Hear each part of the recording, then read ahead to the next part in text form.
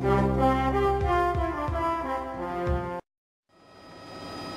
name Arctic comes from ancient Greek, meaning land of the Great Bear.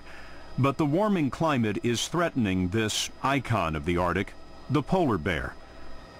Flying above the subarctic region of Hudson Bay, Canadian scientist Nick Lunn is hunting polar bears in a 30-year study that tracks their health. It's the job of his assistant, Evan Richardson, to take them down with a tranquilizer dart.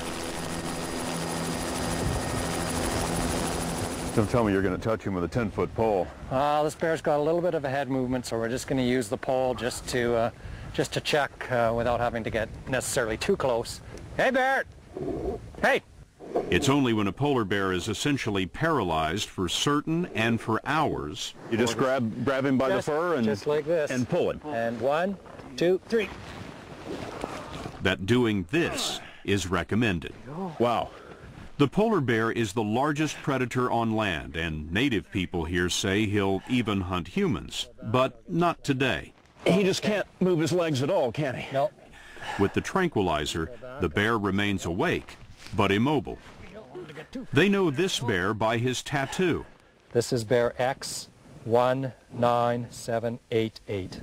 His history is written chapter and verse in the Bear Bible. This is the record book of all the bears that have been handled either by us or Manitoba Conservation.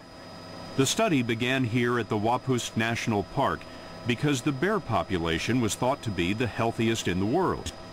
These paws and claws are really amazing. Lunn's annual checkup records changes in fat, And then we get a measure of the bear's straight line length, dimensions, from the nose to the tip of the tail, and an inventory of weapons. The polar bear uses those teeth to hunt primarily one thing, seal, and that's where Arctic warming comes in. The polar bear can only hunt on the ice, and Lunn says the ice is breaking up 3 weeks earlier than it did 30 years ago. Now he's finding female bears 55 pounds lighter, weaker mothers with fewer cubs. How big was the population a couple of decades ago when you started this, and how big is it now? Well, when we first started doing this research, we've done inventories in the mid-80s and the mid-90s, and both times we came out with an estimate of approximately 1,200 animals for what is known as the Western Hudson Bay population. And the numbers now suggest that the population has declined to below 1,000. The bears are unlikely to survive as a species if there's a complete loss of ice in summer, which the Arctic study projects will happen by the end of this century.